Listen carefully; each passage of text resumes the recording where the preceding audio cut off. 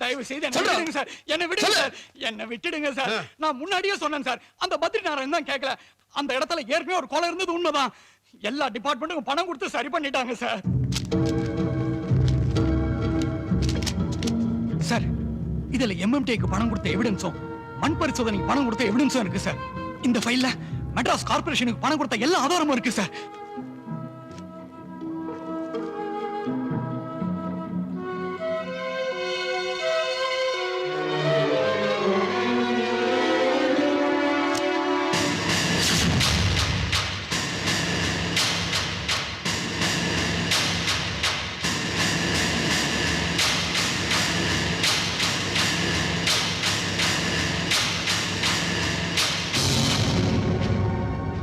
நீங்களா உங்க டிபார்ட்மெண்ட் வேலையை ஒழுங்கா செய்யாதனால எத்தனை உயிர் போச்சு பாத்தீங்களா?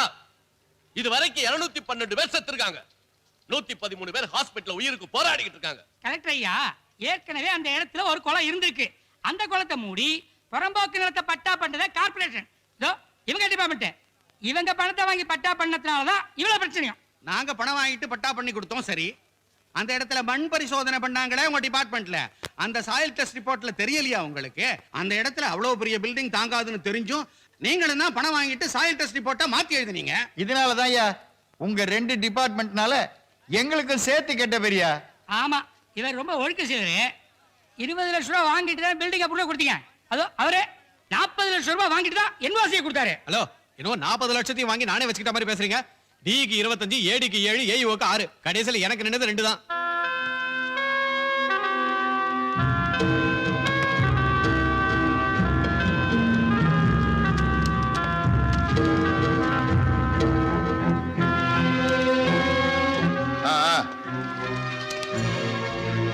என்ன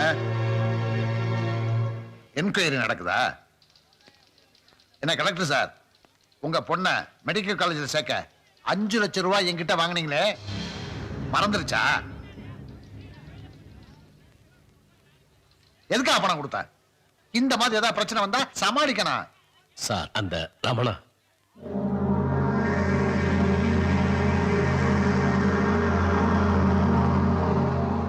என்ன இவங்க பேசுனதெல்லாம் கேட்டு நீ ஷாக் ஆயிட்டியா? கலெக்டரே நம்ம கஸ்டமர் தான். இந்த ஃபைலை வச்சு உன்னால ஒன்னும் பண்ண முடியாது. இங்க எல்லாருமே இப்படித்தான். நம்ப முடியலையா? உனக்கு 2 சான்ஸ் தர்றேன். தமிழ்நாட்டுல நீ யாருக்கு வேணாலும் போன் பண்ணி சொல்லு.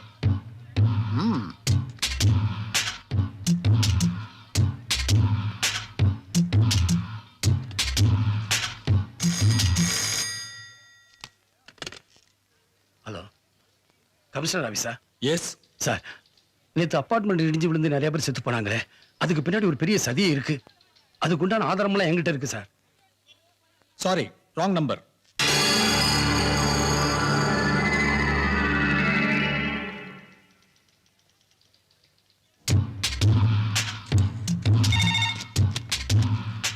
தலைமைச் செயலமா? ஹோம் செக்ரட்டரி இருக்காரா?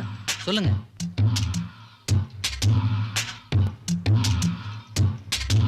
Sorry, wrong number.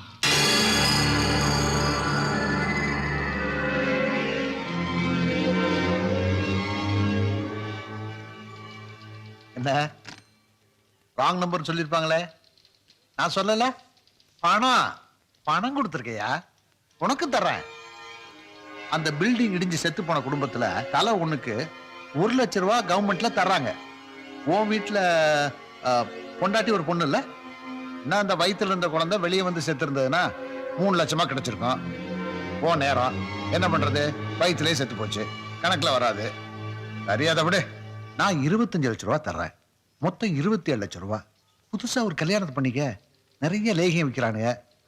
உன் உடம்புலதான் தெம்பு இருக்குல்ல.